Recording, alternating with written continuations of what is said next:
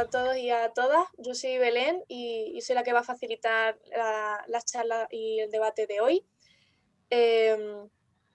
Bueno, decir que esta jornada se enmarca dentro de una serie de jornadas que tendrán lugar en diciembre, el 4 y 5 de diciembre y también el 20 de diciembre. 18, vale, perdón, gracias. 4, 5 y 18 de diciembre. Y podéis encontrar el programa en la página web de Más 21. Y si queréis hacer cualquier puntualización, me decís, ¿vale? En esta charla pues hablarán el compañero y la compañera Santi Amador y Alma Blanco. Santi Amador es biólogo y profesor en Melilla y ha sido uno de los coordinadores de la primera edición en castellano del folleto Política y Pandemia, Coronavirus, Clase y Salud. Entonces él en su charla, que será de unos 20 minutos, nos hablará de este folleto, que también lo podéis encontrar en la página web de Más 21. Y la compañera Alma Blanco es enfermera de la unidad de cuidados intensivos de un hospital de Madrid y ella nos hablará más bien del sistema público de salud, ¿no? De su importancia y de cómo lo estamos destruyendo. Esta charla, digamos que tenemos que enmarcarla dentro de este tema del que no podemos dejar de reflexionar hoy en día, que es el tema de cómo el capitalismo, ¿no? El sistema que tenemos hace que se destruyan todo el resto de sistemas, entre ellos pues el sistema climático. Con el sistema climático pues se alteran equilibrios ecosistémicos, se pierde biodiversidad y eso hace que ocurran pandemias como la que vivimos hoy en día, ¿no? Estas pandemias luego derivan muy fácilmente en crisis sociales y en medio de esa crisis social en la que nos encontramos, pues es interesante reflexionar cómo hemos llegado a esto, qué hacer durante y qué hacer después, cómo organizarnos.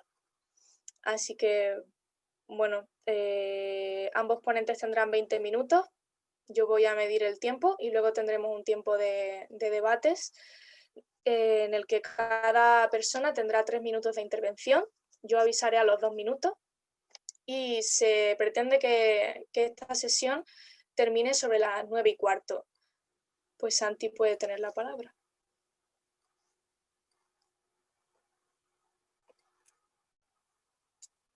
Santi. Sí. Hola. Se me escucha bien, ¿no? Se me escucha bien, ¿verdad? Vale. A ver, el tema del folleto hay que enmarcarlo en toda la crisis mundial que estamos pasando con el tema de la pandemia del coronavirus. De hecho, miraba los datos a día de hoy, 20 de noviembre, casi un año después de que el virus iniciara, digamos, su recorrido desde China, y los datos son que ya han muerto 1,3 millones de personas en el mundo y alrededor de 57 millones de personas se han contagiado. Como sabéis, todo esto comenzó, lo que se sabe, a finales del año pasado en China, se extendió después en Europa bastante fuerte con la primera ola, ahora estamos en Europa con una segunda ola, y bueno, ya sobre todo en América ha golpeado muy fuerte en Estados Unidos, donde tenemos más de 250.000 muertos, en otros países, en Rusia, en Sudáfrica, en la India también hay miles de muertos, o sea que se ha convertido en una pandemia que no tiene seguramente ninguna comparación histórica. Aquí en el Estado español estamos ya inmersos, como sabéis, en esta segunda ola. De hecho, ha habido confinamiento en bastantes sitios y restricciones y ya llevamos más de 40.000 muertos y ya se han contagiado 1,5 millones de personas.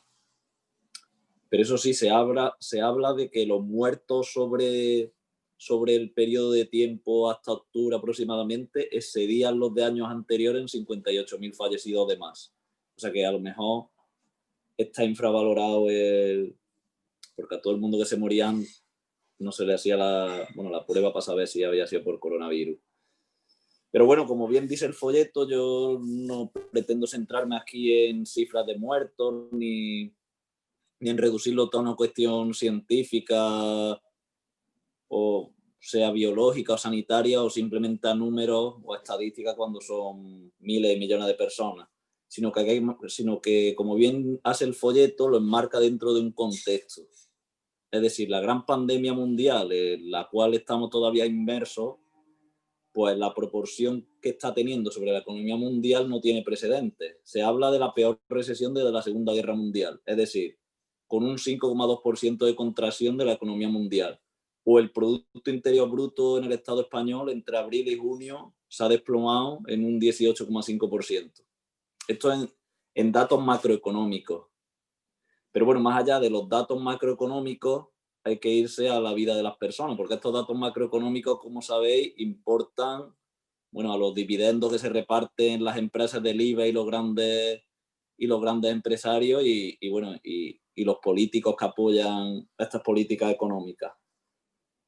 Bien, a nivel mundial, hasta 3.700 millones de personas pueden caer bajo la línea de la pobreza, es decir, pueden bajar sus ingresos entre 1,9 dólares a 1,5 dólares a 5,9 dólares diarios. En el Estado español, ya de por sí que tenemos 10,8 millones de pobres, podemos aumentar la cifra hasta 700.000 personas más. ¿Vale? Y bueno, y el paro, pues ya estamos en cifras de más del 16%. Sin embargo, y como bien el folleto conecta, no hay una cuestión de clase detrás de la pandemia. No es que todos seamos iguales, como este mantra que se dice siempre, lo mismo que con la crisis económica. De hecho, los 23.000 millonarios españoles han aumentado su riqueza entre el 18 de marzo y el 4 de junio en 19.200 millones. O sea que eso refleja que hay evidentemente una desigualdad de clase ante todo lo que está pasando. Tras esta breve introducción, me meto ya más en la ponencia y en principio quiero profundizar en la relación sistémica del desarrollo del sistema capitalista con su contribución al cambio climático y a este tipo de pandemias.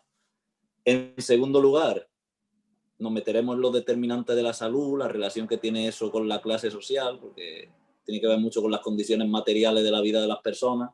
Y por último, cómo históricamente se ha conseguido una buena salud, que son aspectos que el folleto trata. A ver, para empezar, llevamos escuchando que esto del virus, esto de la pandemia, se ve como un accidente o lo peor, como una conspiración que se ha creado en un laboratorio, en fin. Y eso es muy funcional al discurso de la extrema derecha y a agitar el racismo, por ejemplo, contra la gente china. La realidad es que no hay ningún dato real, ningún estudio científico, ni ninguna publicación, ninguna revista científica seria que afirme eso.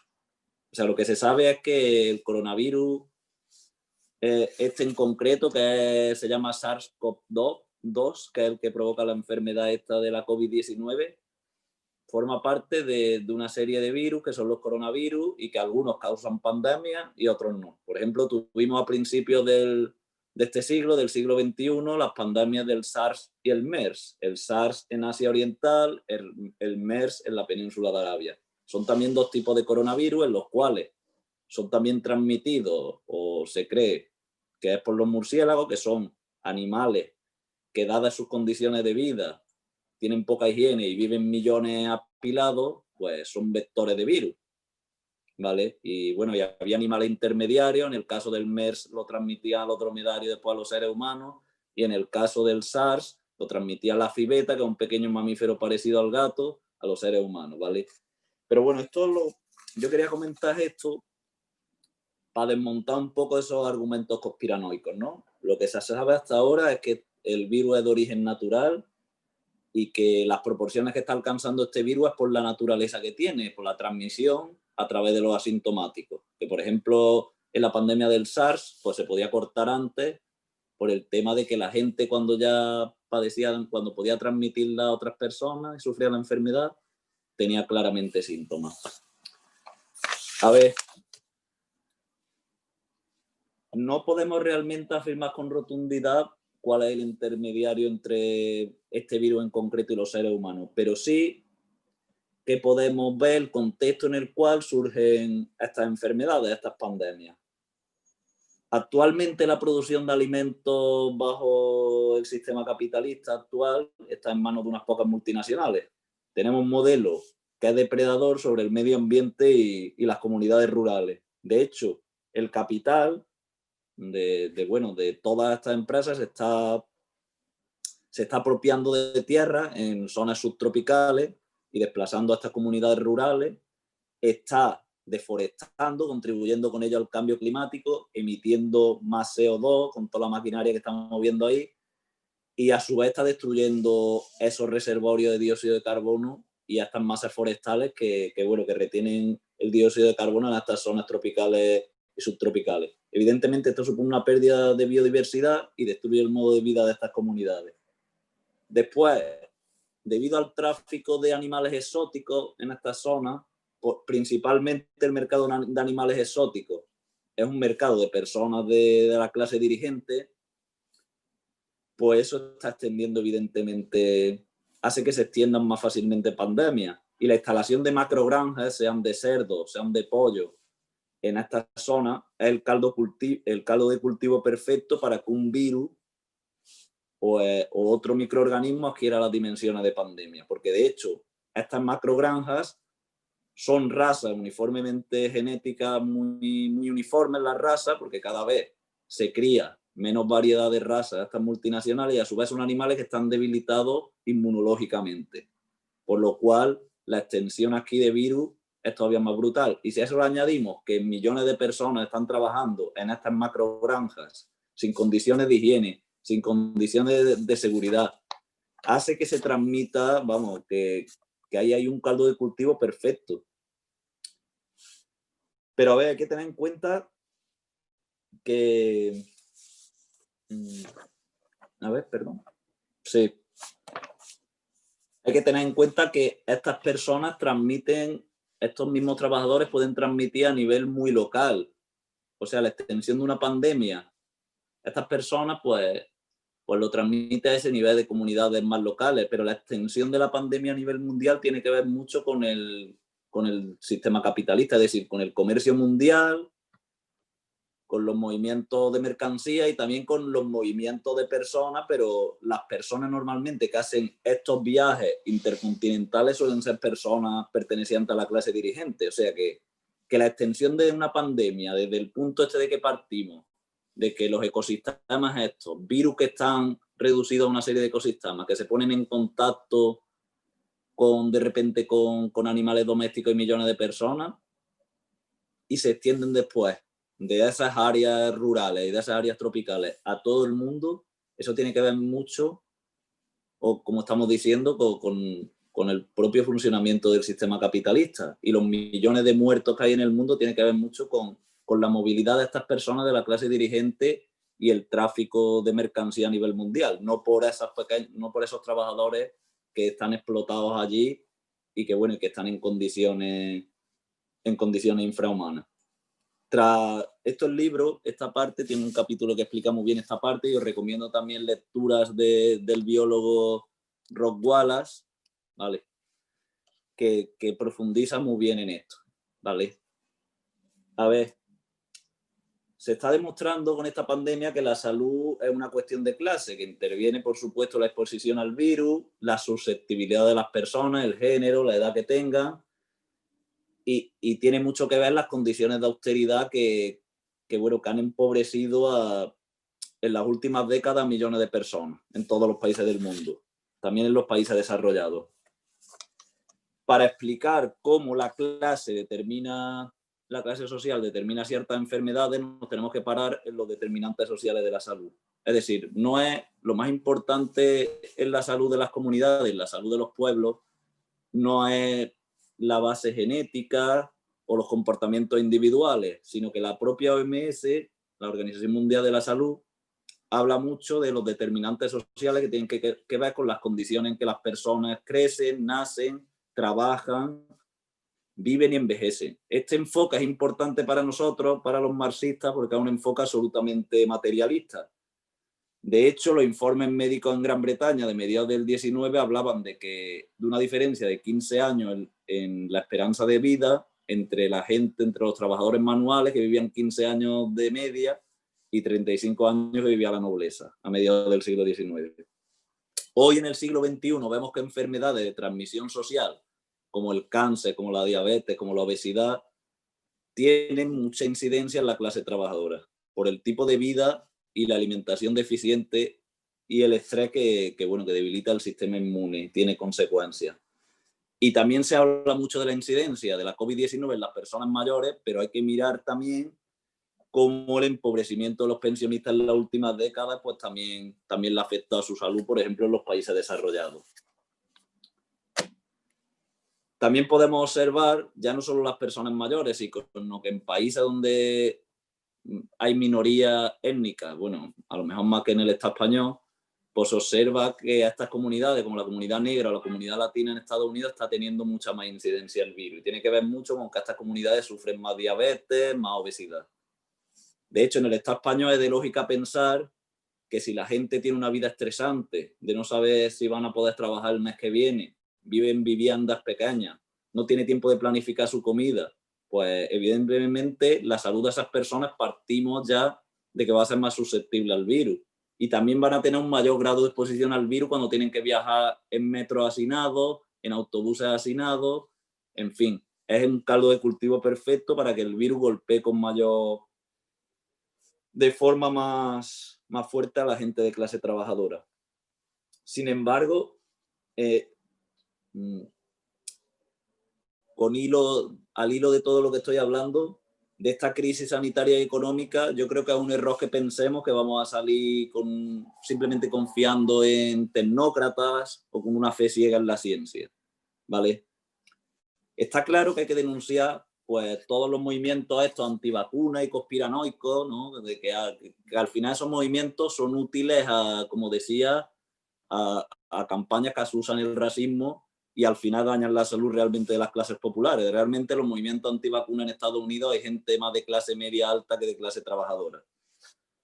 Pero, a ver, eso es una cosa, y otra cosa es ver la irracionalidad que estamos viendo ahora, ¿no? Con todas las vacunas estas que están hablando de si la vacuna de Pfizer, la vacuna de Moderna, ahí se están peleando o estamos viendo un nacionalismo sanitario entre Estados Unidos, Rusia, China, antes quién tiene la vacuna.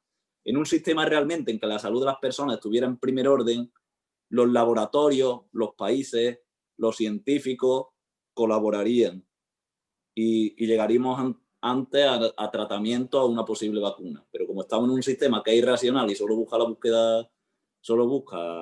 pues los beneficios, pues nos encontramos a una prolongación de este sufrimiento. Ahora, para conseguir un mundo más justo y una mejor salud, como digo, hay que fijarse en que bueno, si nos fijamos, por ejemplo, a lo largo de la historia, no fue la aparición de las vacunas, que sí que es muy importante, o la mejora de la dieta, o el crecimiento económico, lo que permitió que la gente mejorara su salud, sino que tuvo que ver un enfoque materialista de esto, estudia los entornos sociales de las personas para ver realmente cómo se puede avanzar la salud. Y fue, por ejemplo, las luchas por un mejor saneamiento y las condiciones laborales las que permitieron que mejorara la salud de la gente realmente. De hecho, vemos que bueno, al final la historia y los derechos de la gente y es decir, conseguir una mejor salud tiene que ver con una vivienda, con una mejor educación, con unos mejores servicios públicos, con derechos políticos y sociales. Pues esto tiene que ver mucho con la lucha de clases y el avance y retroceso que tiene esta confrontación entre las clases antagónicas. Es decir, si vemos los grandes avances en vivienda, salud, educación, lo vemos que tuvieron que ver mucho con los picos de lucha de la clase trabajadora, de los miles y millones de trabajadores que se organizaron política y sindicalmente, inspirados en ideas socialistas, por supuesto, y esta organización de los trabajadores, por ejemplo, en el boom que siguió a la Segunda Guerra Mundial, permitió un gran avance en la salud de las personas, ¿vale? Sin embargo, nos encontramos que a partir de los años 70, 80, que hubo un retroceso del movimiento obrero, de los movimientos sindicales, un avance del neoliberalismo, nos vemos que enfermedades de transmisión social como el cáncer, como las enfermedades cardíacas, etcétera, de nuevo avanzan. O sea, la conciencia colectiva, la organización de la gente es la que realmente tiene que ver con una buena salud. Y para ir acabando, eso que comento, tenemos que organizarnos políticamente, socialmente, sindicalmente. Ahí está la clave realmente de una buena salud. Y llevamos una década de austeridad. Hemos tenido muchas luchas, hemos tenido el 15M, hemos tenido el movimiento de mujeres, están todavía el movimiento antidesahucio, hemos tenido huelgas en la sanidad y en la educación. Ahí es donde se juega una buena salud, en un cambio de modelo social. Y tampoco debemos quedarnos en el plano estatal. Es decir, la huelga, a nosotros nos interesa que las luchas en cada parte del mundo, las luchas progresistas, las luchas de la gente de abajo avance. Por eso hay que apoyar las luchas que se dan a nivel internacional. Hemos tenido el pueblo nigeriano levantándose contra su gobierno represor. Estamos viendo ahora en Perú cómo la gente la están reprimiendo porque quieren imponerle desde arriba presidente y bueno, y está todo el arco parlamentario podrido. Estamos viendo cómo el pueblo saharaui heroicamente está luchando contra la dictadura marroquí. Ahí también se juega la salud, en todas estas luchas de la gente corriente. Y ya está, yo simplemente quiero acabar con unas palabras del revolucionario italiano Antonio Gramsci, bueno, que muchos lo manipulan y lo han convertido en un icono del reformismo, aunque nunca fue así realmente. Y él decía que bueno, que hay que ser, evidentemente no podemos ser tontos, el mundo está muy mal y algunas veces nos invita al optimismo. Él decía pesimismo de la inteligencia y optimismo de la voluntad. Es verdad que todo está muy mal, es verdad que hay que analizar las cosas como realmente son, pero tenemos que poner toda nuestra voluntad, todo nuestro entusiasmo y organizarnos colectivamente y bueno, para cambiar esto. Y ya está, y el folleto lo recomiendo porque desarrolla bastante lo que he dicho, que al final se me ha pasado el tiempo muy, muy rápido. Gracias. Muchas gracias, Santiago. Y está claro que para empezar a organizarse primero hay que entender que la incidencia del virus no es igual en todas las clases sociales. Y bueno, y ahora la compañera Alma pues nos podrá decir también su perspectiva desde el punto de vista de alguien que está ahí trabajando en el foco del problema. Alma, ¿cuál es tu perspectiva? Sí, voy a compartir pantalla porque yo si no es con... Primero voy a hacer un punto de situación. Lo que hemos en España sobre todo, perdonadme que me centre sobre todo en Madrid, pero es que me he metido en una UCI en Madrid y estoy ahí encerrada y es muy difícil abrirse, muy complicado. Bueno, pues pasamos una primera ola en la que el sistema sanitario colapsó en España y en la que no se trataron enfermedades habituales. Bajó ese número de casos, parecía que empezábamos a retomar la actividad habitual, parecía, y entonces empiezan a privatizar, al menos en Madrid, empezaron a privatizar y a hacer recortes en atención primaria. Viene la segunda ola que empieza en Madrid en agosto, después de que todo el mundo se haya ido de vacaciones, y tenemos, a mí me puedes quitar esto, por favor, vale, de ahora. Y empieza la segunda ola y se vuelve a colapsar el sistema y además anulamos toda actividad básica sanitaria, incluidos trasplantes, o sea, que ha sido muy hardcore, o sea, no se trata nada que no sea un COVID ahora mismo. Y ahora parece que hay una curva estable. La situación en África, y a mí es que hablar de África me duele el corazón porque cada país tiene sus peculiaridades, pero quizás hay cosas muy similares, ¿no? Hay una parte muy amplia de la población con una pobreza extrema, tienes una sanidad privada porque no hay sanidad pública, eso no existe, es mentira.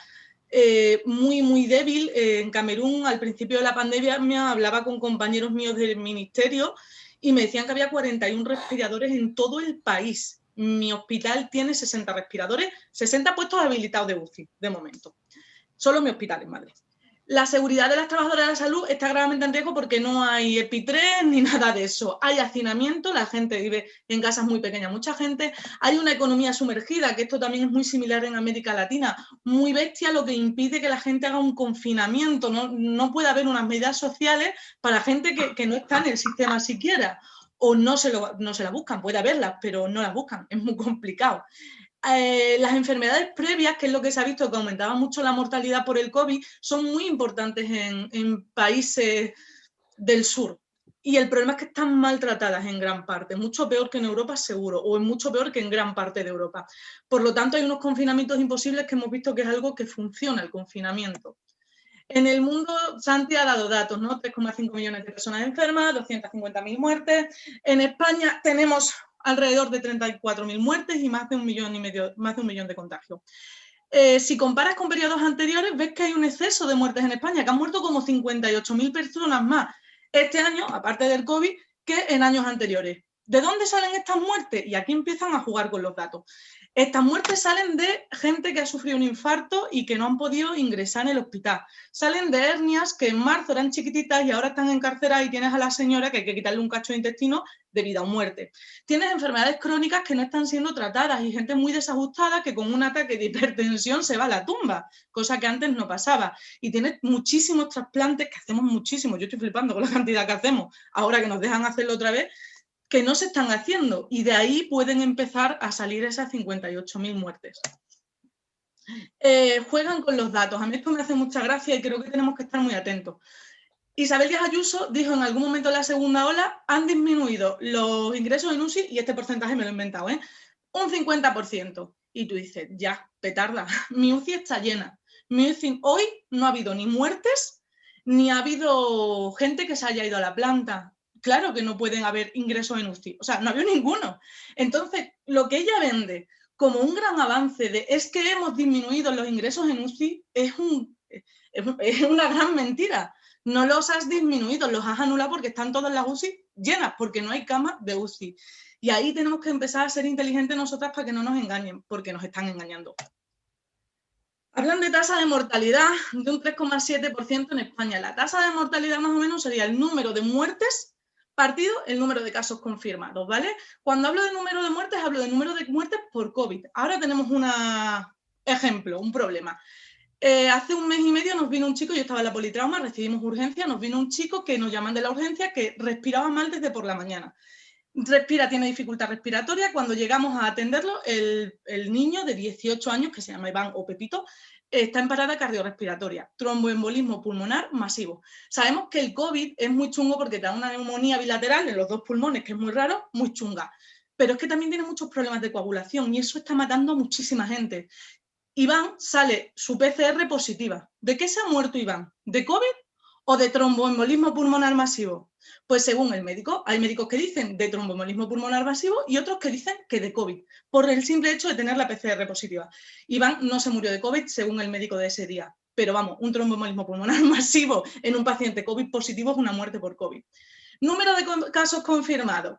Ahora resulta que Díaz Ayuso te vende, y esto ha salido en OK Diario, que tenemos menos casos positivos. Claro, hemos dejado de hacer PCR y hemos empezado a hacer test rápido. ¿Cuál es la diferencia entre el uno y el otro? Pues es como si te hacen una analítica de sangre para ver si estás embarazada, que si tienes 3 hormonas del embarazo te la diagnostican y te dicen, mira, como para no estar embarazada necesitas 0 hormonas de embarazo y tienes 3, estás embarazada.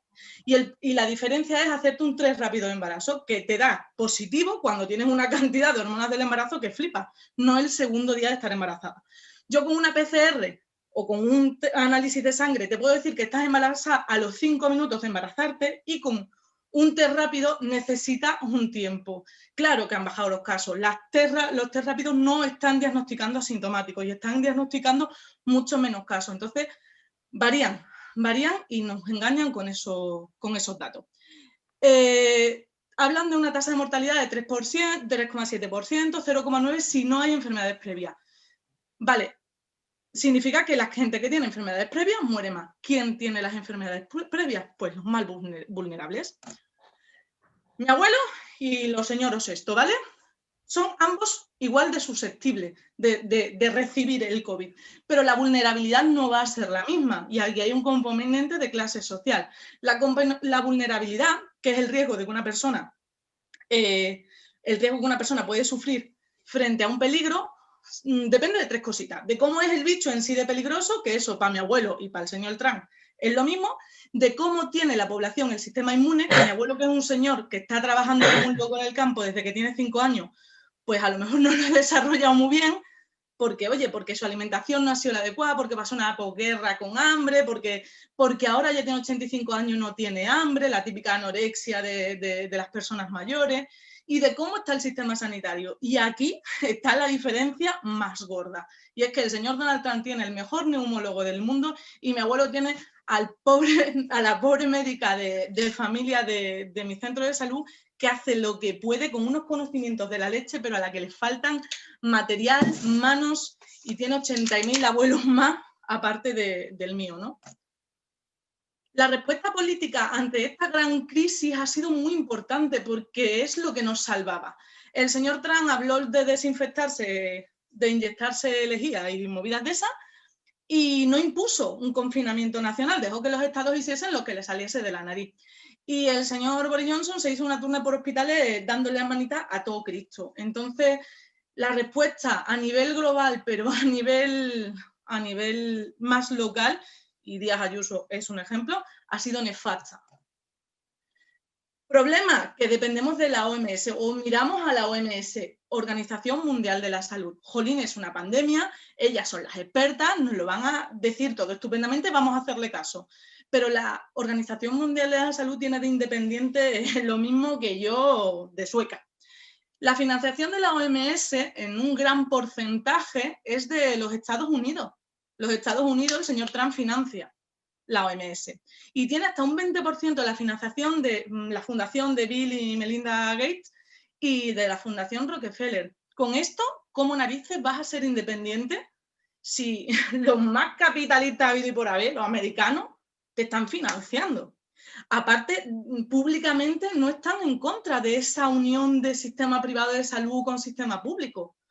Alguien que mira por la salud de cada persona de este planeta no se puede permitir no decir y cerrar el tema de que la salud es 100% pública y universal.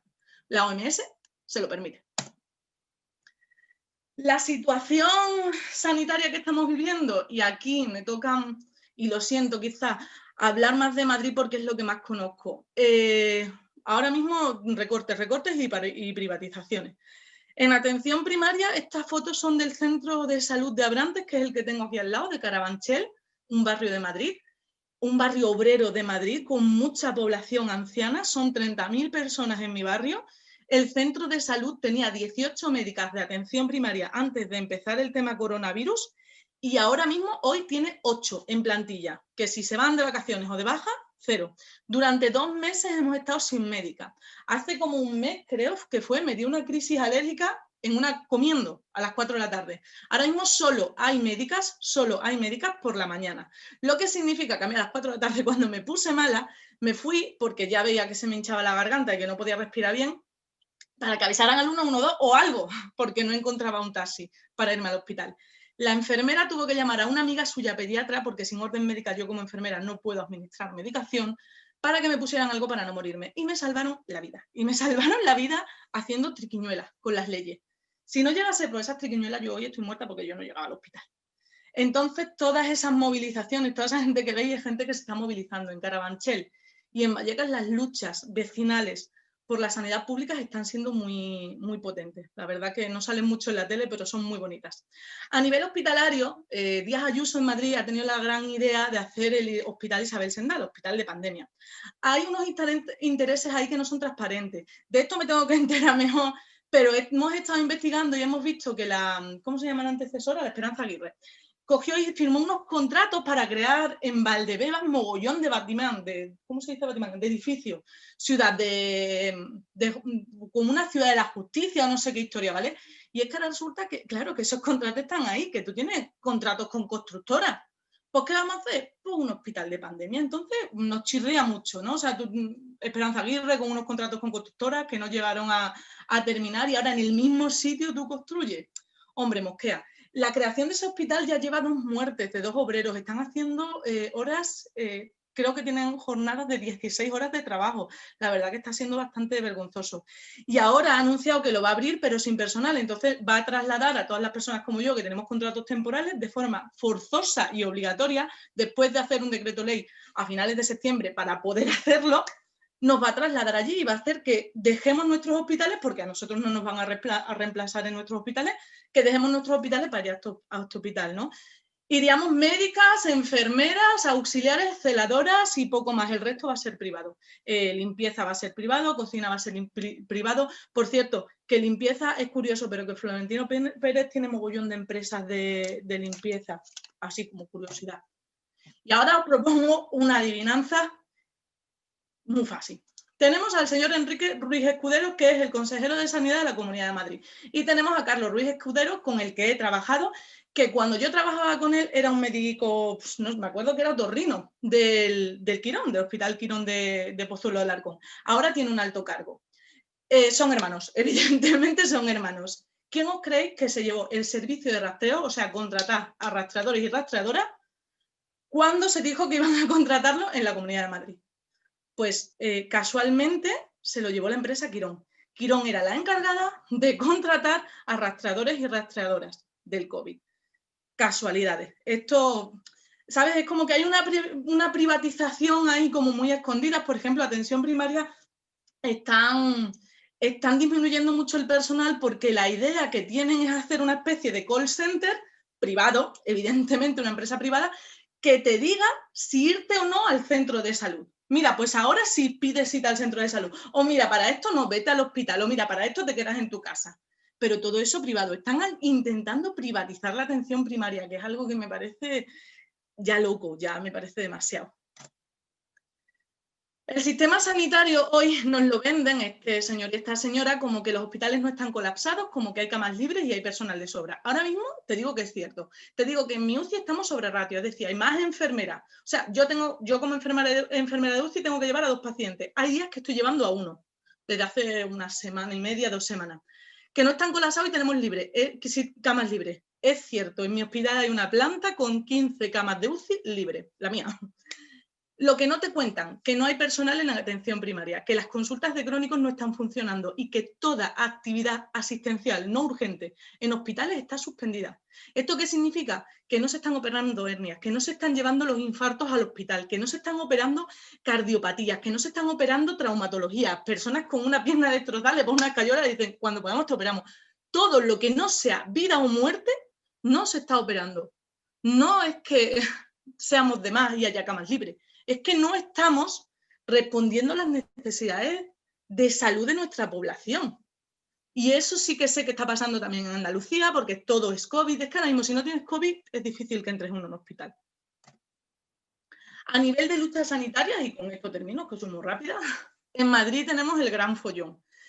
El Gran Follón significa que tenemos todas estas asociaciones, todas estas movilizaciones, tenemos luchas en barrios, tenemos la FRAN, que es asociaciones de vecinos, yo no sé qué historia, tenemos la MESAT, que es asociaciones de vecinos más sindicatos, tenemos Sanitarios Necesarios, que es un movimiento en el que yo participé desde su inicio, que es personal sanitario y no sanitario dentro del sistema de salud, que ahora se está centrando más en hacer pequeñas performances que tengan impacto para intentar conseguir atención mediática y mover.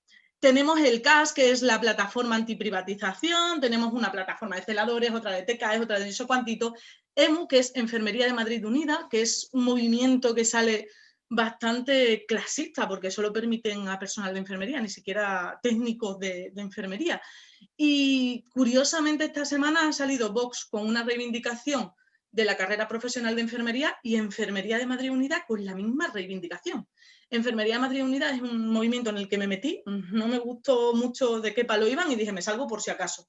Y después están los sindicatos, cada uno de su padre y de su madre haciendo lo que quieran. Yo no creía mucho en los sindicatos, pero me metí en uno que parece que hace las cosas un poco como a mí me gustan, ¿no?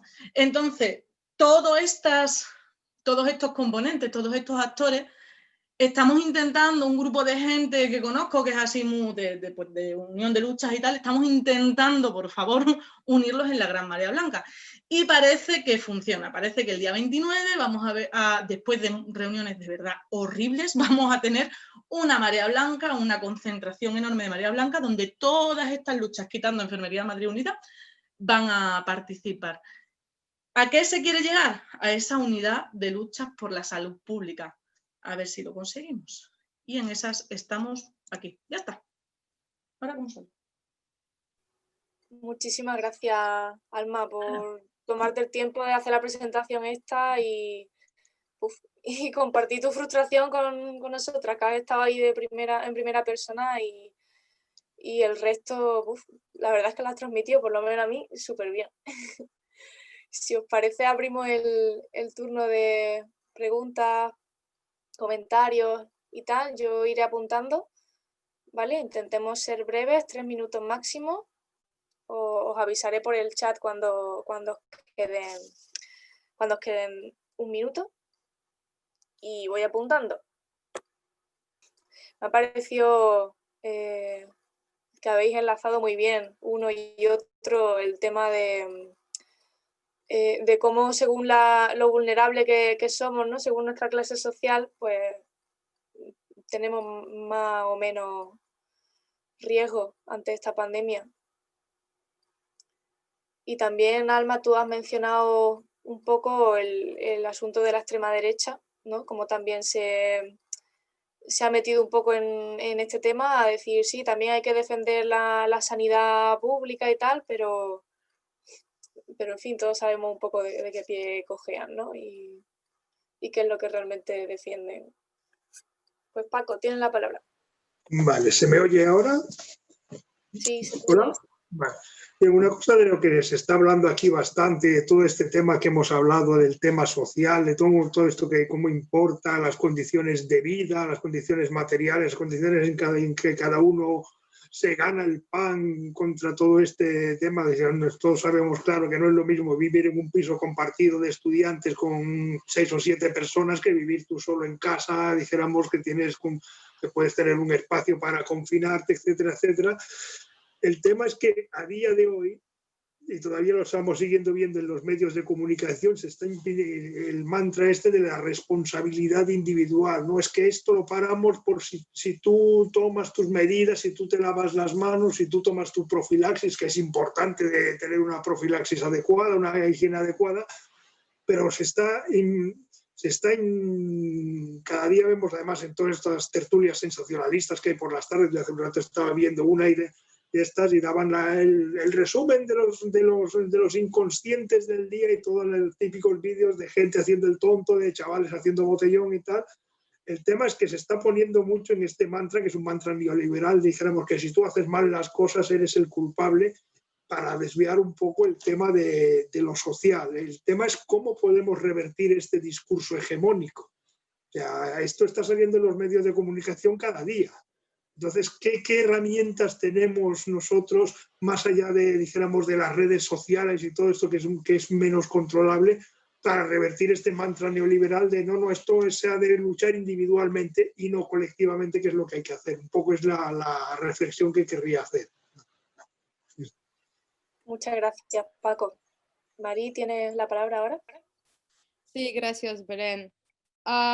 Un poco para seguir en el mismo tema que Paco, yo lo que veo, y lo veo desde Francia, pero me imagino que en el Estado español es lo mismo, que yo lo que veo es que hay una gestión de una crisis sanitaria con una política de represión.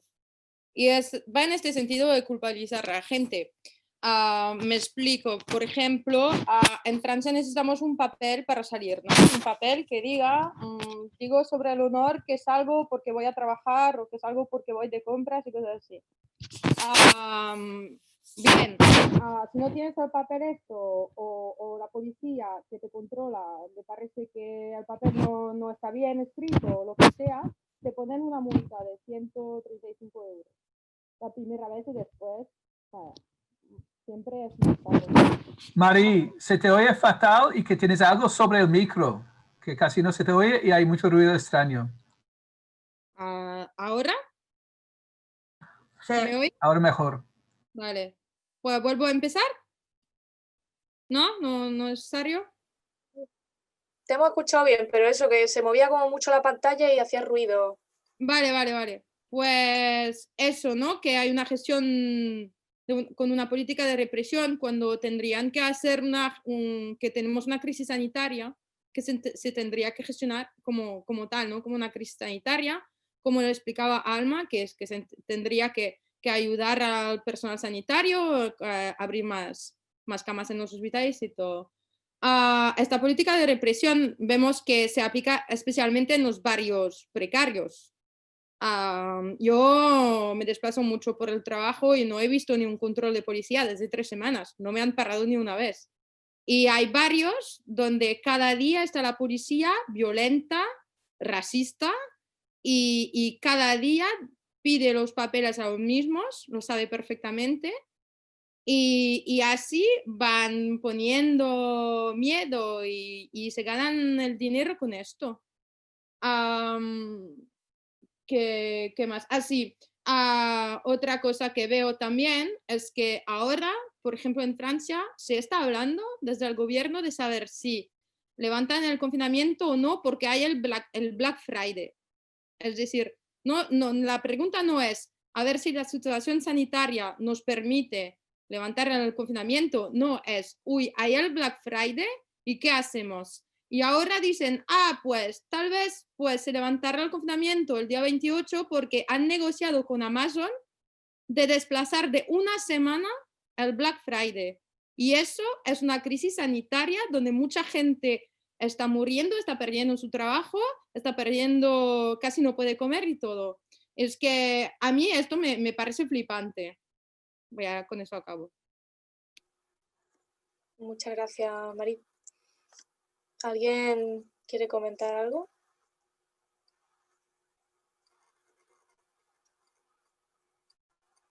Alma, lo podéis escribir por el chat, ¿vale? Cuando queráis pedir palabra.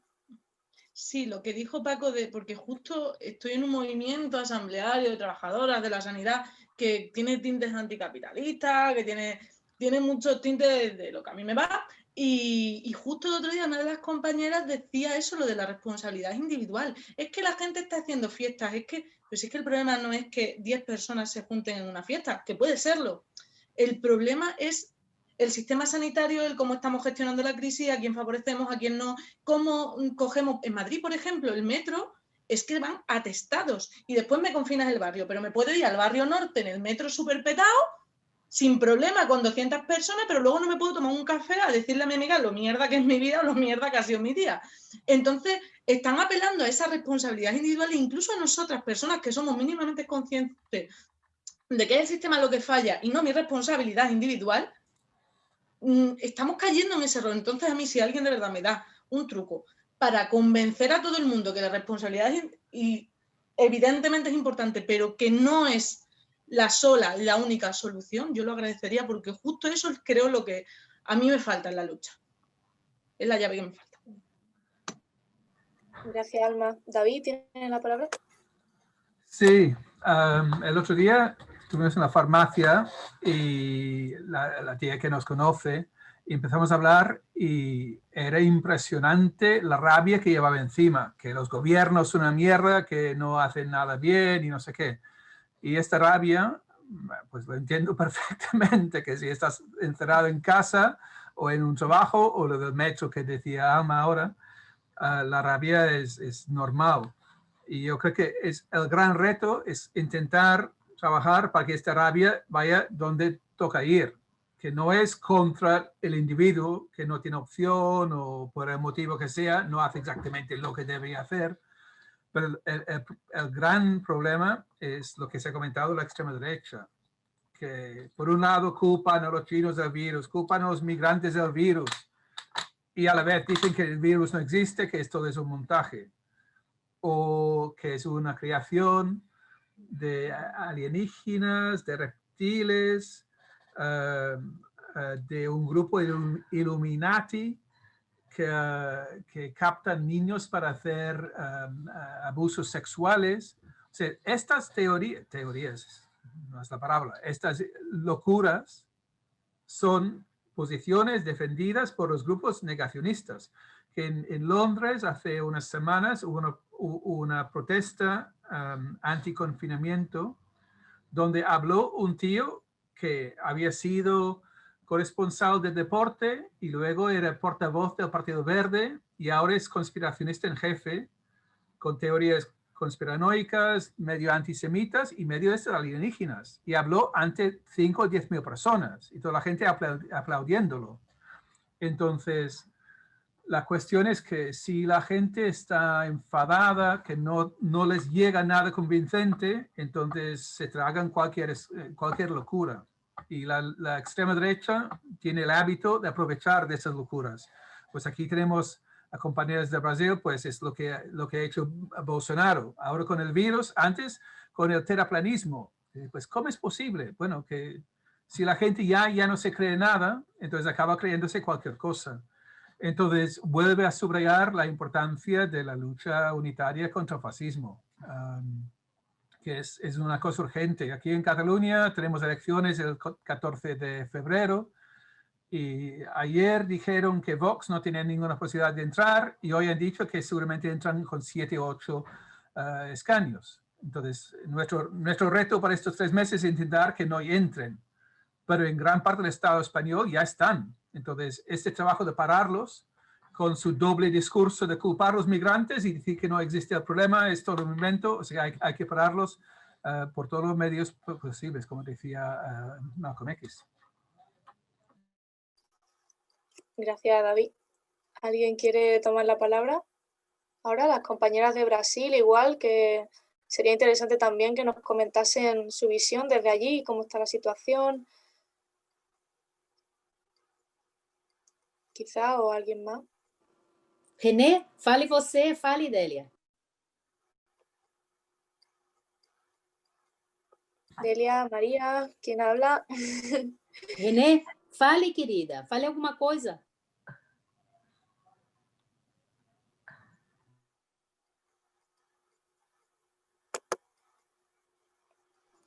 Hola, René. León manda por el chat el sitio oficial en México con los datos del coronavirus en México. Estaba buscando aquí el botón.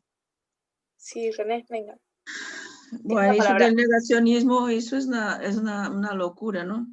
A través de esto, del negacionismo, antes la primera ola era una gripecita y un resfriadito, y ahora es una conversita, una habladuría. Y bueno, acabamos de tener las elecciones, y aunque haya habido un crecimiento de personas negras, personas trans, la izquierda ha estado pues igual, no ha crecido. La extrema derecha ha disminuido y la derecha ha avanzado. Y en Brasil, si no fuera por los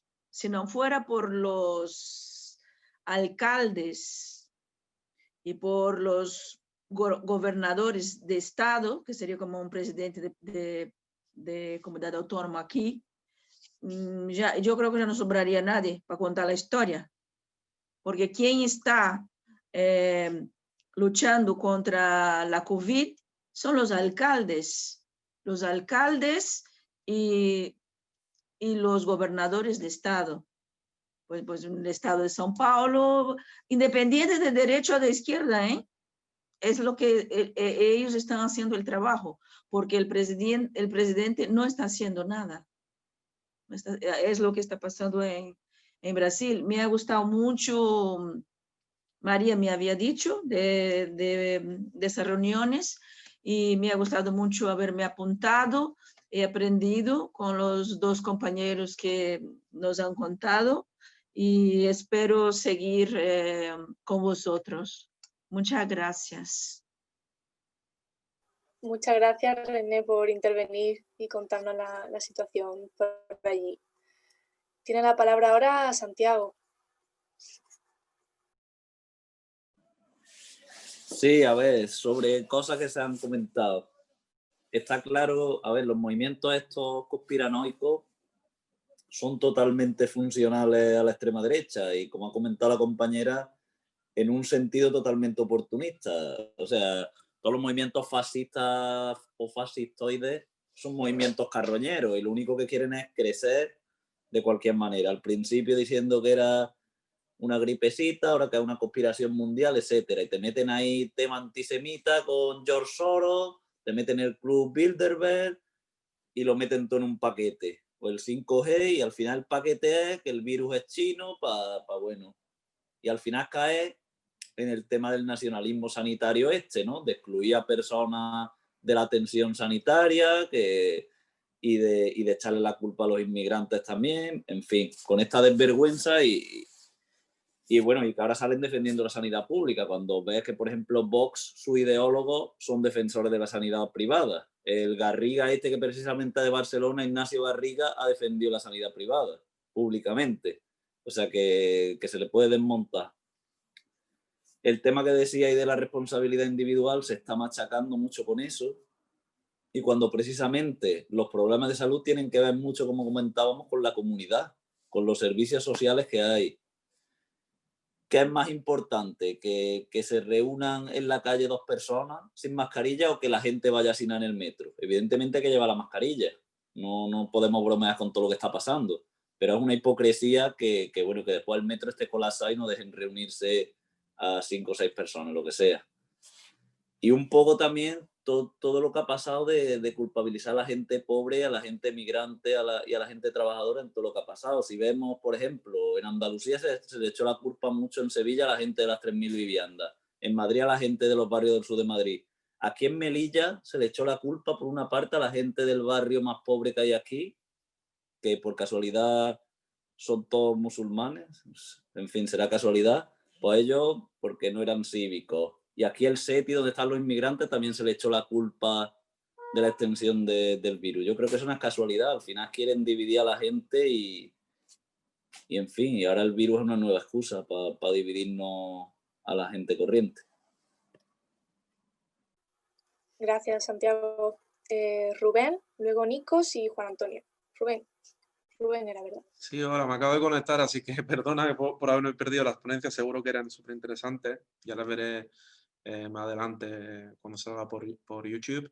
Y nada, solo comentar aquí un poco cómo se está viviendo aquí en Asturias, porque, y cosas que he estado comentando con amigos y con gente con lo que trabajo, y ha sido interesante porque aquí el Principado, supongo, no sé si esto es general en todo el resto del Estado español, pero por lo menos aquí en Andalucía, en Asturias, ya quisiera yo estar en Andalucía, para las Navidades, no sé, no sé si podremos, pero bueno, lo que me ha sorprendido es el cierre de los comercios que el gobierno, el del Principado, ha designado como no esenciales, ¿no? Por ejemplo, se ha cebado mucho un poco con lo que es la hostelería, con bares y restaurantes, ¿no? que han cerrado.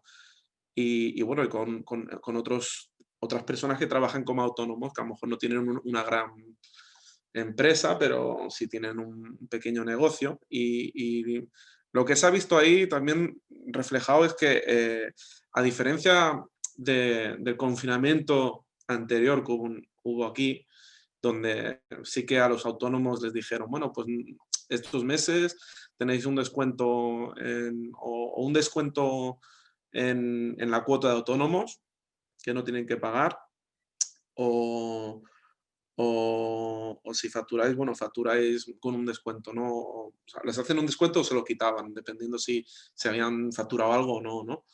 Y lo que se ha visto aquí es que claro, que muchos negocios sí que han tenido que, no les han quitado la cuota, entonces siguen teniendo que pagar la cuota de autónomos, pero han tenido que cerrar, entonces no han podido trabajar. Y también se ha visto que claro, mucha gente ha ido al paro y no tienen una ayuda en estos momentos. Entonces tengo gente que trabaja en la hostelería, camareros que se han quedado sin un duro y sin ningún medio. Y la cosa, la verdad, que está pintando fea, ¿no? Y ya, como decía antes el compañero, que llaman a Alma, la compañera, que es verdad, está este llamado a la responsabilidad civil, ¿no? Y es verdad que, bueno, aquí no tenemos tanta aglomeración como lo que puede ser Barcelona o Madrid o las grandes ciudades, pero bueno, sigue habiendo un transporte público que sí que la gente todavía tiene que coger, ¿no? Si no disponen de vehículo propio. Y también los bares también lo que han hecho es una cosa interesante, ¿va? No podemos servir café, pero bueno, el café para llaver todavía se puede hacer. Entonces, lo que no se formaba en la terraza, la colita o la aglomeración de gente, lo formamos en una fila a las afueras de los locales, que al final y al cabo lo entiendo, porque la gente tiene que comer de algo y tiene que vivir, tiene que ganar, ¿no? Para sobrevivir. Entonces, bueno, es un poco la situación, un poco como está de contradicciones, ¿no? En las que vivimos. Responsabilidad por una parte individual, y como bien decía, pues luego a la hora de meternos todos en el mismo sitio a trabajar, ahí mágicamente estamos protegidos del COVID o no, en este caso. Entonces eso, ya está. Muchas gracias. Si os parece, Monse ha pedido la palabra también y bueno, aquí intentamos siempre dar un poco prioridad a gente que no haya hablado todavía y que sea quizá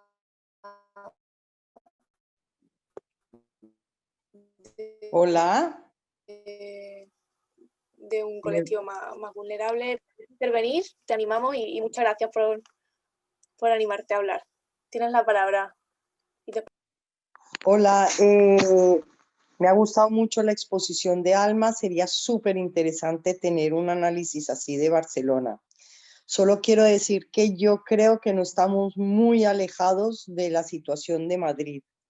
O sea, aunque haya baile de cifras de diferencias entre Barcelona y Madrid, creo que está muy parecido. De entrada, por ejemplo, yo y otras madres, pues nos hemos acostumbrado un poco a pagar si es algo que no es muy grave. O sea, que la niña le da, no sé, dolor de muela, ya no vas al CAP porque de parte de la población tenemos una enorme comprensión hacia el equipo sanitario, ¿no? De que están desbordados. Entonces, por un dolor de muelas, pues mira, apechugo un poco y me voy a pagar un dentista o yo qué sé. Es un ejemplo también con optimetría y así ha pasado de que yo creo que había una comprensión muy grande hacia la salud pública, lo que están pasando, entonces la gente está pagando. O sea que sí hay colaboración, entre comillas, ciudadana, porque además estos servicios no los ofrecen o te dan una cita 6 meses, ¿vale? Esto por un lado. Por otro lado, presiento también que es un poco igual que Madrid, porque no sé si sabéis que han cerrado el ITS, Instituto de Transmisión de, ¿qué es? Ahora se me va ¿cómo es que se dice? ¿Cómo es que se llama? El Centro de Salud Internacional de Enfermedades Transmitibles de Drasanas, lo han cerrado. Mañana hay una manifestación, ¿vale? Porque, claro, ¿a quién perjudica esto? Pues primero a los colectivos LGTBI, ¿vale? Porque este centro es especializado en esto, en cosas de transmisión sexual. Gente con tuberculosis. No lo estamos viendo, el vídeo se ha cortado. Bueno, pero porque lo estoy leyendo lo que estoy diciendo, porque vale, me estaba perdiendo, pero ¿me necesitáis ver? ¿Me escucháis? No te preocupes, te escuchamos bien, sí. Te queda un minuto, vale, no te preocupes, sí, un poco más. Simplemente de que está perjudicando a la gente pobre, porque la tuberculosis la tiene la gente pobre, al colectivo LGTBI, ¿vale? Y dice enfermedades importadas, o sea, gente con paludismo y con cosas, enfermedades raras. Y lo han cerrado y mañana hay manifestación. Total, que yo creo que aquí está pasando un poquito como en Madrid, aunque no tenemos un alma que analice la situación. Ya está.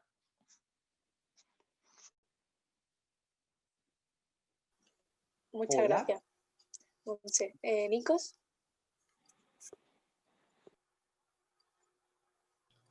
Sí, dos cosas quería añadir. Yo también decir que las dos exposiciones fueron muy buenas, muy útiles. Quiero añadir dos cosas. Lo primero sobre informar un poco sobre Grecia, pero lo voy a tomar como ejemplo un poco. No sé si os habéis dado cuenta, esta semana ha sido muy ajetreada en Grecia y han pasado unos eventos que se conectan con la pandemia. No tienen que ver, no es exactamente que la pandemia se conectan, pero dan unos aspectos de lo que está pasando más generales. Las UCI están llenas en Grecia, las pocas que hay. O sea, estamos en el punto que hoy hay un récord de muertes. Es el día con más muertes desde que empezó la pandemia. El gobierno está totalmente perdido de qué puede hacer con eso. Dice que no puede hacer nada, va a dejar a la gente que muera. Y por eso la iniciativa que ha tomado el gobierno es contratar miles más policías y comprar muchos más coches de policía y pequeños tanques que tiran agua con presión. Y la cosa que hizo esta semana era prohibir la manifestación del 17 de noviembre. No solo prohibir la manifestación, prohibir cualquier manifestación durante 4 días en todo territorio griego, saltando la Constitución. Lo del 17 de noviembre, ahora no tengo tiempo de explicar, tiene un peso histórico muy, muy, muy importante en Grecia. Es el aniversario de la rebelión que llevó a la caída de la dictadura en 73. Es un aniversario muy importante y muy odiado por la derecha, porque es una locura, entre las locuras griegas lo que pasa con este aniversario. Es una de las 3 fiestas nacionales, y es un aniversario de una rebelión que la empezó la extrema izquierda. Así que el sistema griego tiene siempre que enfrentarse con un aniversario nacional, que los niños van al colegio, de un evento que era una rebelión organizada por los maoístas y los trotskistas al principio. Por eso la odiaba siempre y utilizó la pandemia para decir que no se puede organizar ninguna manifestación, especialmente en estos días. Y el mismo gobierno que durante el verano abrió totalmente, no hubo ninguna medida, abrió totalmente al turismo y lo hizo calculando todo eso, porque no sé si os acordáis, había empezado con un confinamiento muy duro al principio, cuando no había casos en Grecia. Y todo este confinamiento duro al principio lo utilizó como base para una campaña internacional para el turismo griego, y lo que hizo después era abrir totalmente el turismo y llenar con coronavirus Grecia. Y ahora mismo estamos en el punto que todo esto se paga en las UCI y en todos los hospitales. Pero esto se conecta con la represión y con el ataque a los derechos y las manifestaciones. Lo importante de esta semana es que esta prohibición se ha roto en la calle, que ha sido una victoria para el movimiento muy importante. O sea, prohibió oficialmente, y dijo el ministro de Seguridad, ¿cómo se llama?, de Orden Público, salió en la tele. Algunos diputados de la izquierda le habían dicho que nosotros vamos a hacer la manifestación, y les dijo que vais a ir a la cárcel. O sea, y con estas palabras, las manifestaciones se hicieron de una manera muy organizada, con distancias, y de una manera bastante difícil organizadas, porque los compañeros tenían que ir a la manifestación a escondidas, porque tenías que, si estuvieras en la calle con más de 3 personas, la policía te paraba y te mandaba a la cárcel. Y hubo choques con la policía muy fuertes. La policía atacó incluso el bloque del Partido Comunista con agua de presión, con presión. Incluso entraron en casas para pegar a la gente y todo. Hay centenas de compañeros con multas ahora mismo, detenidos, pero se ha roto en la calle la lógica de que aquí, porque el gobierno lo dice, todos están en silencio. No pasó nada de eso. Y fue importante, llegó incluso los 3 partidos de parlamento de la izquierda reformista a firmar después de décadas. Necesitamos que cierre un poco. Sí, termino. Un manifiesto común. Lo digo como lo mencionó Marie antes de Francia, que quizás hay una parte del argumento internacional que aquí en España no está muy obvio por muchas razones, algunas buenas, algunas malas, algunas buenas, pero tiene que ver con la represión, cómo los gobiernos están utilizando este momento para represión, pero esto no les funciona. ¿Por qué? En Perú, en Tailandia, en Nigeria, en todos estos casos, en Estados Unidos utilizaron la pandemia, pero lo que tuvieron al final fue rebeliones contra un Estado que utilizaba la represión para pararnos. Ok, termino aquí. El segundo no lo digo, no tengo tiempo, solo decir el título solo para que no me quede dentro. Sí, contra los conspiranoicos, pero ningún frente único con los gobiernos y con los científicos oficiales. Las respuestas a los conspiranoicos tienen que ser las respuestas que dieron los compañeros al principio de nuestro encuentro aquí. Respuestas, soluciones desde abajo, soluciones socialistas.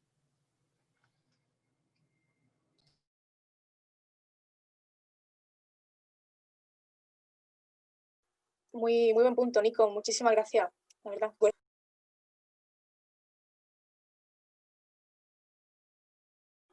Juan Antonio, tienes la palabra, ¿me escucháis? Perdón que mi conexión aquí en la cueva es un poco regular. Juan Antonio. Qué guay, desde la cueva. Suena, yo qué sé, desde la cueva roja. Bueno, pues yo quería comentar, bueno, eso es lo que yo creo que se han comentado ya, ¿no? Pero yo creo que desde el principio, desde los medios de comunicación, nos cuentan que esto es, ¿verdad? Que no tenemos que movilizarnos porque como contagia, pues no se puede salir a la calle. Y desde el principio, bueno, vimos como el gobierno, fuera parte del ministro de Sanidad, ponía la tele a un guardia civil y a un policía nacional, ¿eh? Y después estamos viendo en La Sexta que nada más que salen los policías, ¿eh? Que van solamente a parar fiestas de adolescentes. Y después nos venden que, como ya se ha dicho, que la única solución serían las vacunas. Pero lo que a mí me alucina es que la farmacéutica, mucho antes de inyectar las vacunas, ya se han forrado. El dueño de la primera vacuna dio su anuncio de que ya tenía la vacuna y en nota vendió los derechos de venta y ya está forrado. Yo me imagino las caras de los enfermos con enfermedades raras diciendo, no, en tan poco tiempo tienen la vacuna del COVID y lo mío me tengo que esperar toda la vida. Es que pues eso demuestra que el capitalismo no va a se gasta el dinero para lo que le conviene. Después también quería comentar que en Sevilla, en la provincia de Sevilla, los que tenemos que trabajar, por ejemplo, en la zona de las Grafes, muy curioso porque el transporte público está privatizado y entonces las empresas privadas lo que han hecho es han quitado los autobuses, han quitado plazas de autobuses y entonces los que tenemos que ir a trabajar, la mayoría vamos andando a Sevilla. O sea que esto es una locura. Entonces, por eso lo que se ha dicho es tenemos que fomentar el sector público y salir con las medidas de seguridad, salir para cambiar el sistema este tan loco que tenemos. ¿Verdad? Muchas gracias, Juan Antonio. Alma, ¿quiere intervenir? Yo solo un apunte a nivel del tema de la vacuna que está dando mucho que hablar, que si Pfizer, que si el otro. Hay un documental en Netflix que voy a mandar en algún momento de mi vida cuando me acuerde cómo se llama, sobre patentes que hizo una de las organizaciones que lo hizo fue Médicos Sin Fronteras, que como tú, bueno, pues como soy de ellos, de la vida de ellos, y me iré a trabajar en algún momento con ellos, pues me obligaron a verlo. Y es muy interesante para entender lo que va a pasar con la vacuna, quién la va a sacar, cómo la va a sacar y por qué. Porque es de verdad, es brutal. El tema de las patentes es algo que a mí me ha costado la vida entenderlo, porque yo tampoco soy muy lista, pero me ha costado mucho y el documental es muy claro, un poco cansino, pero es muy claro. Por si queréis verlo, luego lo paso, ¿vale? Porque creo que nos viene bien, porque mete capitalismo, mete el sistema actual que tenemos de gestión y cómo eso nos va a joder la vida con la vacuna. Hola. Gracias, Alma. María, ¿quieres intervenir? ¿Tú habías pedido la palabra cuando me he caído algo? O... Ah, no he pedido palabra. Vale, bueno, si no te importa, intervengo yo, ¿vale? Luego va Santiago. Bueno, si quieres, puedes ir tú primero antes de Santiago, ¿vale? Que ya ha hablado antes. Y bueno, yo, espérate, me pongo el cronómetro para no irme mucho. Yo quería comentar que cuando nos llega una crisis, tendemos mucho a enfocarnos en esa crisis, ¿no? Que bien está, y creo que es algo que va en la naturaleza humana. Pero creo también que nos daría más resiliencia o nos haría estar más preparadas pensar que hay otras crisis que también vienen y que muy probablemente hayan cosas que guarden mucha relación con lo que está ocurriendo ahora, ¿no? El tema de culpabilizar individualmente se me hace como muy resonante con el tema de culpabilizar por la crisis climática, que no usa bolsas de tela. ¿Se me escucha bien? Que pone que mi conexión es inestable. Vale, entonces igual que este año ha sido una pandemia, el año que viene puede ser una crisis de agricultura, y entonces serán los agricultores los que harán una marea, no sé, marea verde por la agricultura, no lo sé, y como que volveremos otra vez a la misma historia, ¿no? Entonces, bueno, importantísimo aunar luchas, yo creo, porque al final todas estamos luchando contra lo mismo. Y un punto muy importante que ha hecho Nikos también, con el tema de que se puede ir a misa y se puede ir a la peluquería y todo esto, pero no podemos reunirnos en una asamblea de más de 6 personas y no podemos hacer manifestaciones. Eso creo que es algo que dice bastante, ¿no? No sé, del sistema legislativo y político que tenemos. Y creo sinceramente llamo a incumplir eso. O sea, dentro de lo que podamos, ¿no? En la medida que podamos, con todas las medidas de mascarilla, espacio, hacerlo al aire libre y tal, pero llamo un poco a que todos nos quitemos ese miedo, porque sí, igual estamos haciendo mal a corto plazo, pero a medio plazo el hecho de que se prohíban manifestaciones, asambleas y tal puede hacer mucho más daño, pienso yo. Y bueno, y corto ya y dejo intervenir a Santiago. No, perdón, María, habías pedido tú, si lo ves bien, Santiago, que vaya ya primero. Vale, y luego tú. No, es muy rapidito, ¿eh? Es muy rapidito. Quiero recomendar, aparte de la literatura de Marx 21, obviamente, pero quiero recomendar 2 libros que me leí durante la pandemia y además fueron escritos durante la pandemia y me parece que son muy buenos. Uno es Epidemiocracia, de Javier Padilla y Pedro Gullón. Os lo recomiendo. Básicamente es lo que hemos hablado aquí. Un análisis de la respuesta política, sanitaria y social frente a las pandemias. Es un libro muy bueno y este es muy, muy de Cataluña. La compañera que ha hablado antes de Cataluña tiene un prólogo claro de la Sibina, de Marta Sibina, y un epílogo de Carles Montaner. Y es de Laia Estrada Cañón y Xavier Miriam Nebot, Sortint de la UCI. proposta para una sanidad pública. Y estos 2 libros básicamente para recomendar porque creo que son muy interesantes. O sea, con el folleto de Marx 21 y estos 2 libros, yo creo que da para tener una idea global. Muchas gracias, María. Nos vamos acercando a la hora que hemos acordado para ir cerrando, así que tenían la palabra ahora Santiago y Alma también. Si alguien más quiere hablar, ¿vale? Que lo diga. Ah, Joan también. Vale, os pido brevedad, ¿vale? Para no irnos mucho del tiempo. Creo que un momento, Marí también había pedido que hablen ellos 2 también. Es que Sí, María la verdad pedía es que también. el chat ahora está como huyendo. Nada. Vale, pues breve, por favor.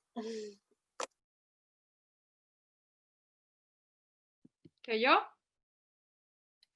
Vale, será muy breve. Tal vez Alma pueda decir algo del tema, pero también hay un tema de la culpa del capitalismo en lo que estamos viviendo, que también es que la financiación de las investigaciones científicas, que lo que están buscando son beneficios a corto plazo, y se comentaron, bueno, yo leí que se habían empezado investigaciones sobre los coronavirus y que se quitaron fondos, tal vez solo es en Francia, no sé, o es a nivel europeo, no sé, que se quitaron fondos porque, claro, no había emergencia, no era el tema de momento, y que querían gastar el dinero en algo más, ¿no? Que traiga más beneficios. Y cuando empezó la crisis al principio del año, hay equipos de científicos que denunciaron esta situación, ¿no? Que hacía tiempo que hablaban que esto podía pasar y que por tema de los beneficios de los capitalistas, pues se dejaron de hacer estas investigaciones. Y aquí vemos claramente dónde está la prioridad del capitalismo, que no es en salvar vidas o en ayudar a la gente, sino en ganar más dinero posible en poco tiempo. Ya está. Muchas gracias, Mari. Si os parece que hablen Joan y Amine, ¿vale? Brevemente. Y ya luego cerráis, ¿vale? Alma y Santi, con un resumen. Bueno, yo quería comentar una cosa, preguntarle a Alma cómo se vive, digamos, la poca conexión que existe ahora mismo entre los colectivos que están intentando dar respuestas desde el punto de vista sanitario a la pandemia. O sea, ahora mismo en Madrid existe el MATS, la María Blanca, la Coordinadora Antiviralización de la Sanidad, que se ha dividido en 2, el SAS, no sé si me como alguno, pero bueno, hay como 9 o 10 colectivos distintos que convocan todos a horas distintas, en sitios distintos, y que no han sido capaces de entenderse en ningún momento, ni en la primera ola ni en la segunda ola de la pandemia. Yo, con relación a las vacunas, yo creo que digamos que la gente se está ilusionando mucho de lo que cuentan los políticos. Primero, las vacunas, ningún centro de salud en España está habilitado para tener vacunas y vacunar en los centros de salud, porque necesitan estar en una ultracongelación de 70 grados que no tiene ningún centro de salud. Después está el tema de la vacuna rusa. El comité de expertos de la vacuna rusa ya ha dimitido al día siguiente de que la anunciara Putin, diciendo que no se habían respetado ni protocolos ni nada parecido. Entonces yo creo que lo de las vacunas es más una iniciativa de los políticos que una realidad por parte de las empresas. No hablemos ya del tema del Boris Johnson, que plantea cerrar todos los estadios de Inglaterra para vacunar a 1 millón de personas por semana en los estadios de fútbol. O sea, que es que yo creo que es una cosa que se ha escapado de madre el tema de las vacunas. Gracias, Joan. Si te parece, Alma, responderle mejor luego cuando... Vale, que hable a Mine ahora y ya tú le respondes.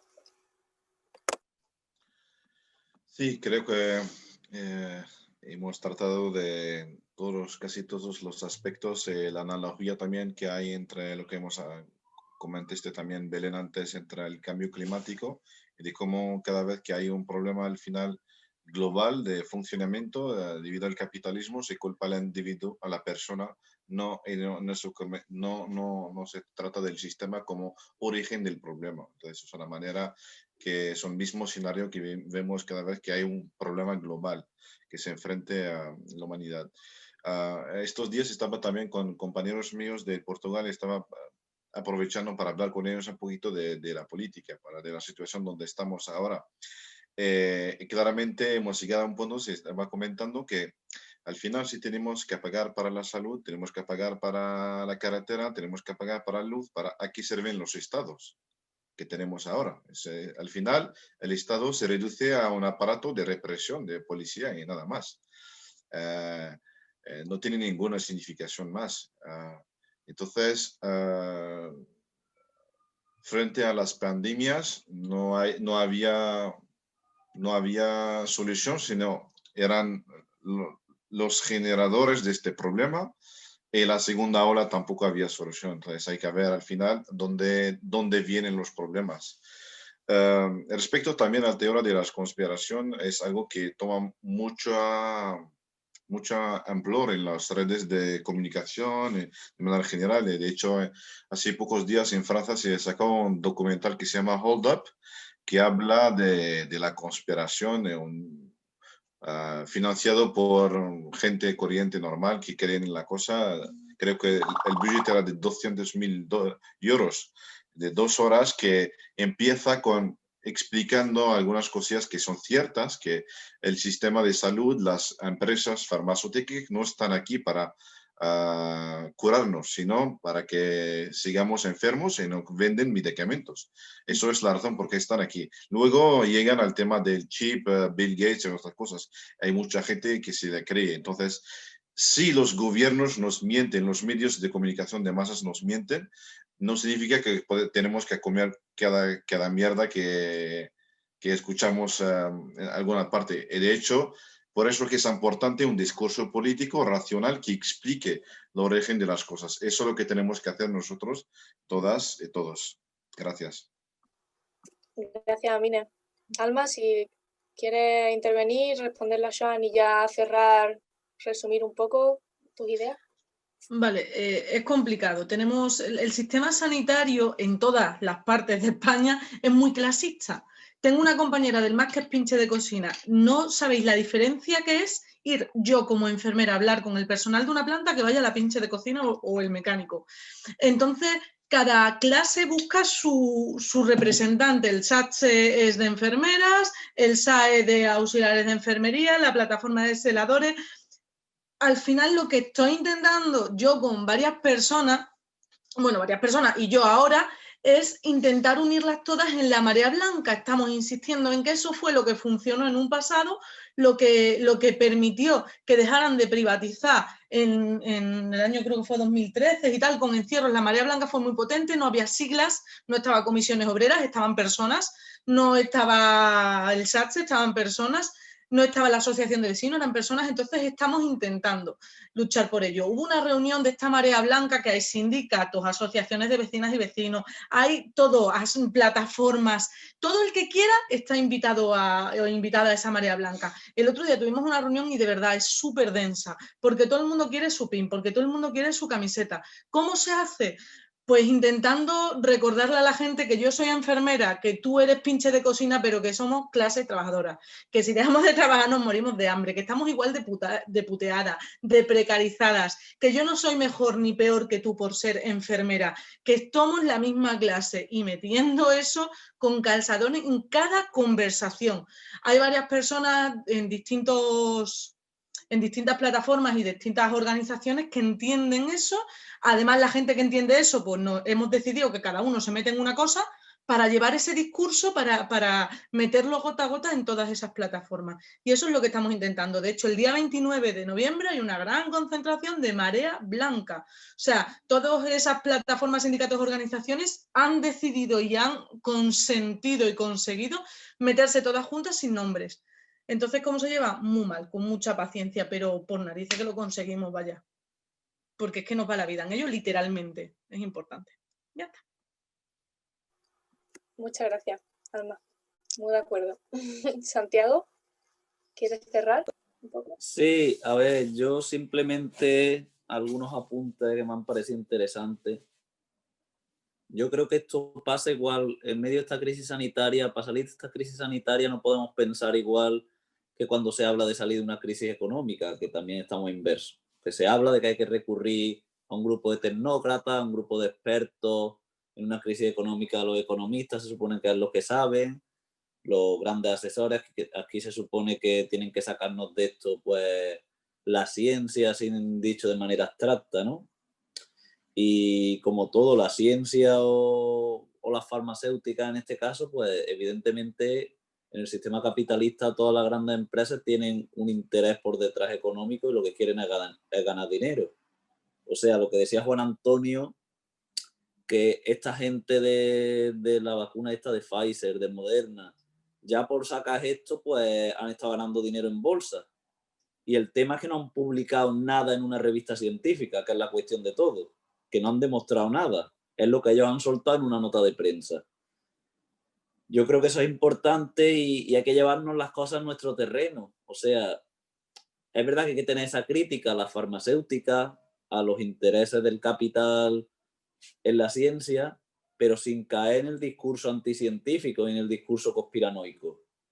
La ciencia en realidad es profundamente materialista, o sea, se basa en la realidad material, el método científico es materialista. Pero claro, tenemos que poner la ciencia al servicio de la sociedad y las grandes farmacéuticas, si esto fuera un mundo realmente que es el que queremos, deberían estar al servicio de la población, deberían ser empresas que estuvieran nacionalizadas y produjeran y colaboraran entre sí las distintas empresas para buscar un tratamiento y una cura. Y ya está, simplemente ese apunte. Muchas gracias, Santiago.